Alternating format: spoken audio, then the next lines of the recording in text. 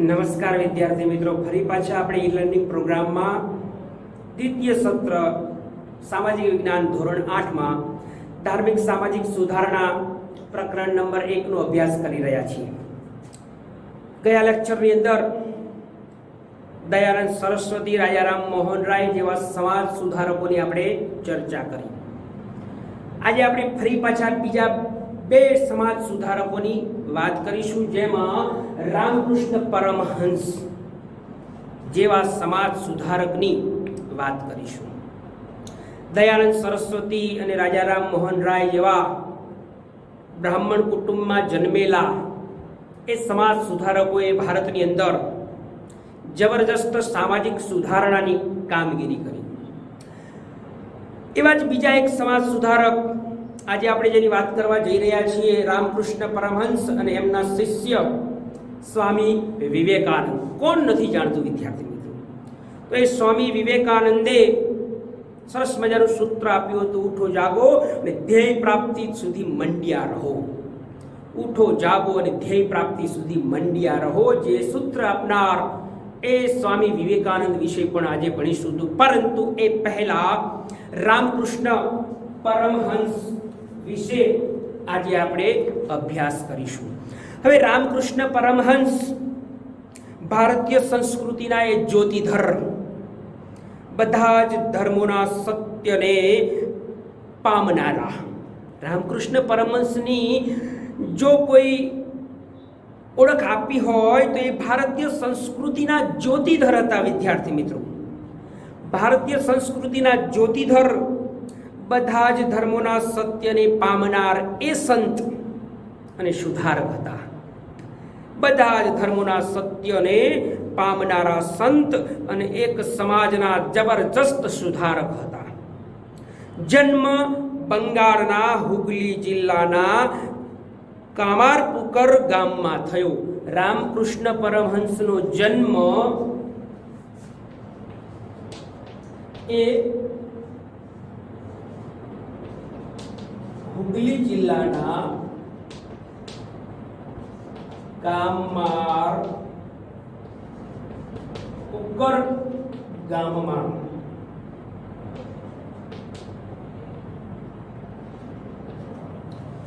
તો એ રામકૃષ્ણ પરમહંસનો જન્મ એક સમાજ સુધારક, બધા ધર્મોને સત્ય પામનાર એ સંત, જેને જ્યોતિધર પણ કહી શકાય એવા આ સંત, જેને વિદ્યાર્થી મિત્રો જન્મ થયો હતો હુગલી જિલ્લાના એક કામારપુકુર ગામની અંદર એમનો જન્મ। પરીક્ષામાં પૂછાય રામકૃષ્ણ પરમહંસનો જન્મ કયા ગામમાં થયો હતો? તો કામારપુકુર ગામમાં થયો હતો।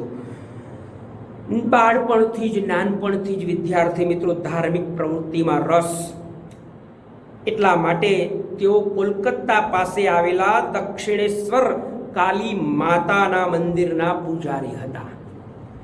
રામકૃષ્ણ પરમહંસ કલકત્તાના કયા મંદિરના પૂજારી હતા? તો દક્ષિણેશ્વરમાં આવેલા એ કાલી માતાના મંદિરના પૂજારી હતા।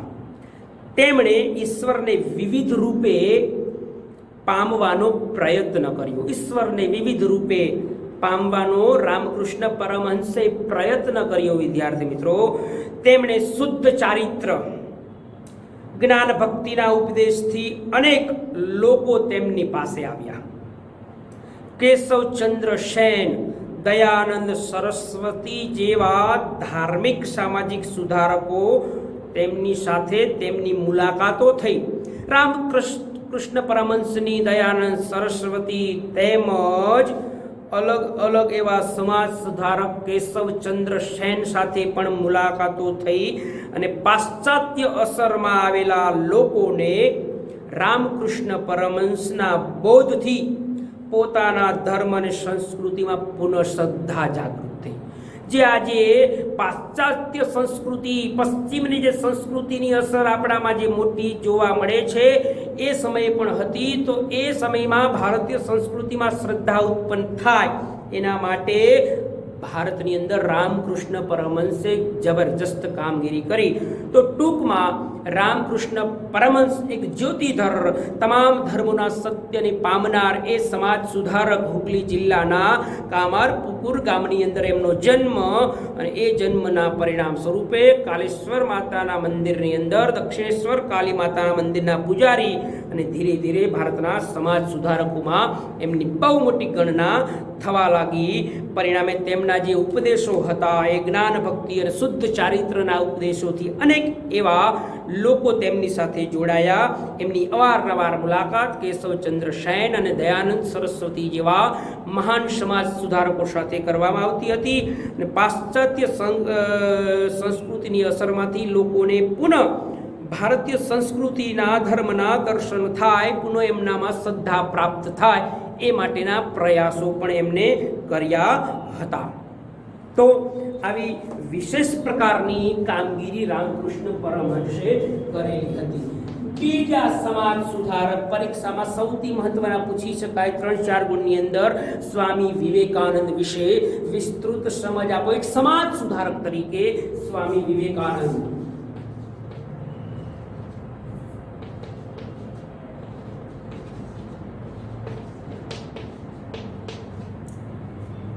સમાજ સુધારક તરીકે સ્વામી વિવેકાનંદ.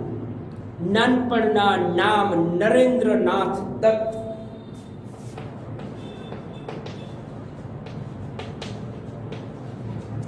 એ નરેન્દ્રનાથ દત્ત નાનપણનું નામ, અને એ નાનપણના નરેન્દ્રનાથ દત્તનો જન્મ 1863માં, જન્મ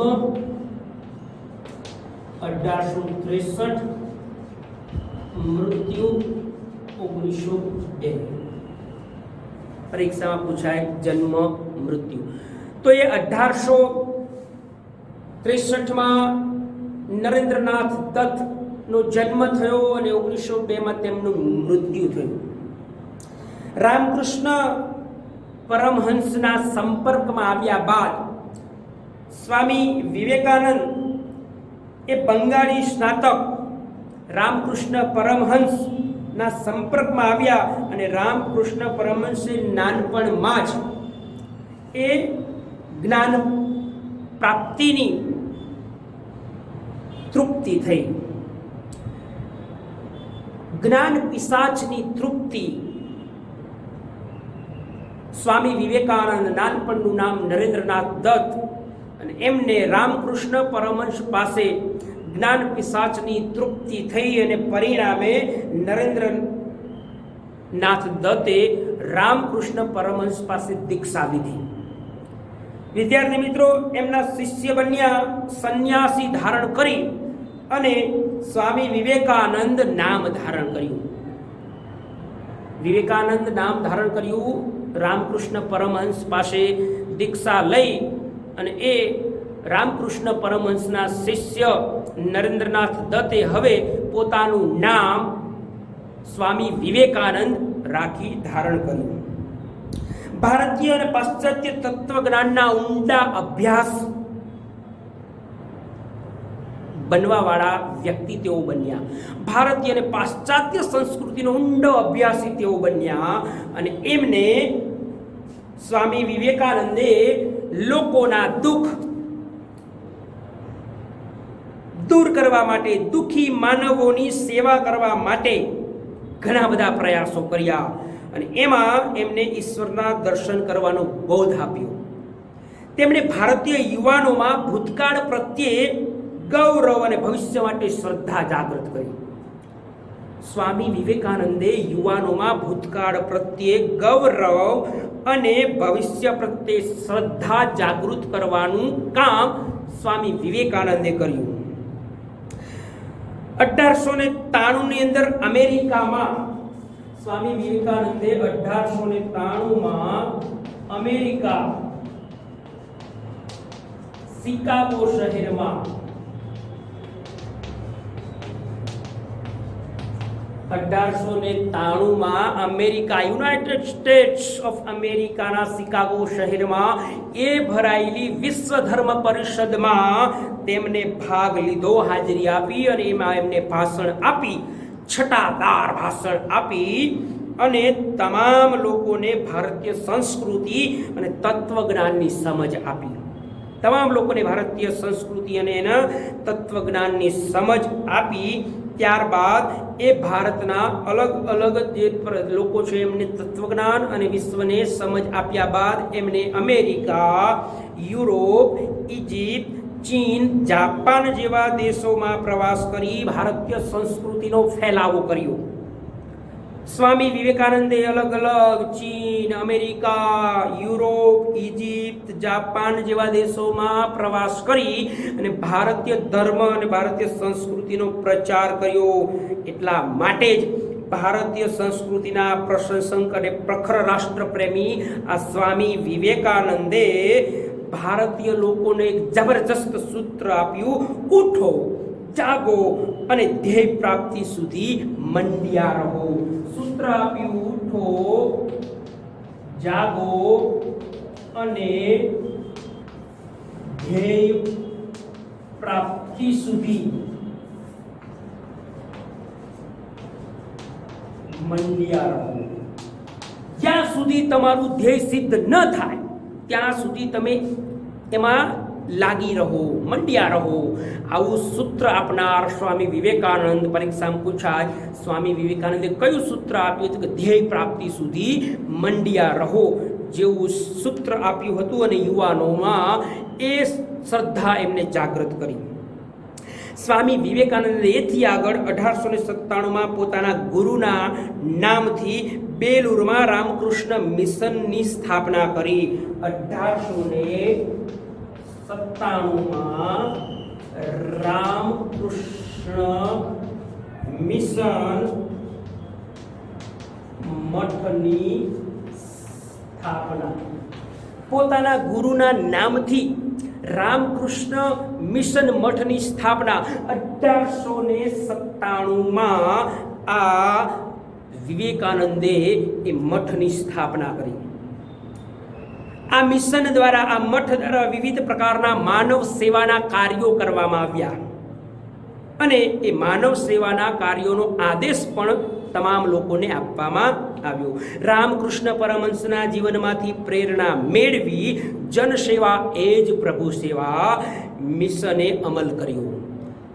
રામકૃષ્ણ પરમહંસનો જીવનનો મુખ્ય ધ્યેય હતો જનસેવા એ જ પ્રભુ સેવા, માનવ સેવા એ જ સાચી સેવા છે. એ પ્રકારનું કામગીરી મિશને, જે રામકૃષ્ણ મિશન મઠ બનાવ્યો હતો, એને પણ એ કાર્યોને ધપાવ્યું. માનવ સેવા એ જ પ્રભુ સેવા, માનવ સેવા એ જ સાચી સેવા છે.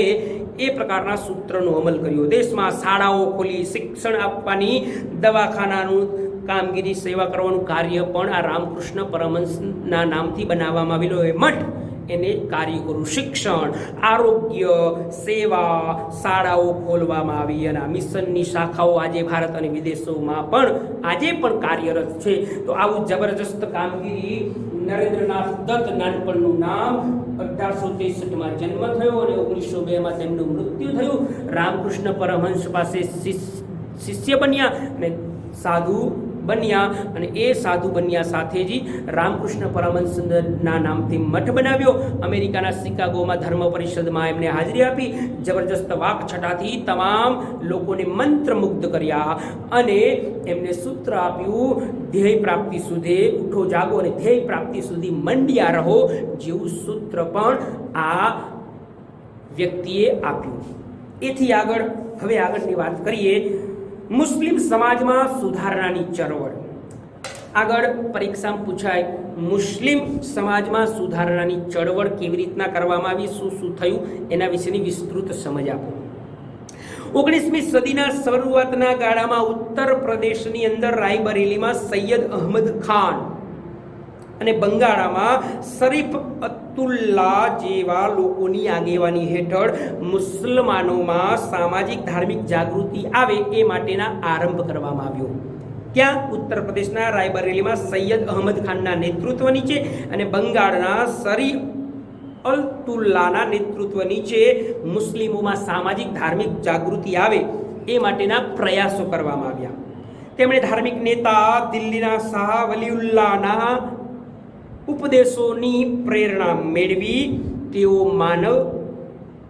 માનતા હતા કે ભારતમાં ઇસ્લામ ધર્મ દૂષિત થવાથી દેશ ઉપર અંગ્રેજોએ શાસન થાપ્યું છે. એવું માનતા હતા કે ભારતમાં ઇસ્લામ ધર્મ છે દૂષિત થવાથી દેશ ઉપર આજે અંગ્રેજોનું શાસન આવ્યું છે.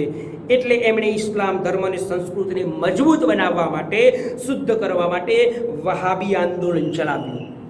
ભારતમાં ઇસ્લામ ધર્મનું શુદ્ધિકરણ થાય એ માટે અને અંગ્રેજોનું શાસન દૂર થાય, ઇસ્લામ ધર્મ મજબૂત થાય, શુદ્ધ કરવા માટે એ નેતાઓએ વહાબી આંદોલન ભારતમાં ચલાવ્યું. અને એ વહાબી આંદોલનના પરિણામ સ્વરૂપે થોડાક મુસલમાનોમાં પાશ્ચાત્ય વિચારોનો જે પ્રભાવ વધતા અંગ્રેજોમાં શિક્ષણનું પ્રમાણ વધ્યું. વહાબી આંદોલન બાદ મુસલમાનોમાં પાશ્ચાત્ય વિચારોના પ્રભાવ વધતા અંગ્રેજી શિક્ષણનું પ્રમાણ વધ્યું. ઉલેમાઓની રૂઢિચુસ્તતાના લીધે મુસલમાનો અંગ્રેજી શિક્ષણ, આર્થિક સામાજિક લાભોથી વંચિત રહ્યા હતા. તેઓ હવે મુસલમાનોમાં શિક્ષિત અને મધ્યમ વર્ગો ઉદય ઠીક સમય સુધી થયો નહીં.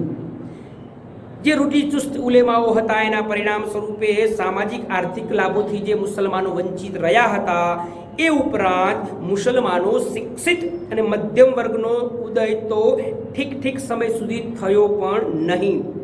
એટલા માટે સર સૈયદ અહેમદનો જન્મ ઉમરાવ કુટુંબમાં થયો હતો.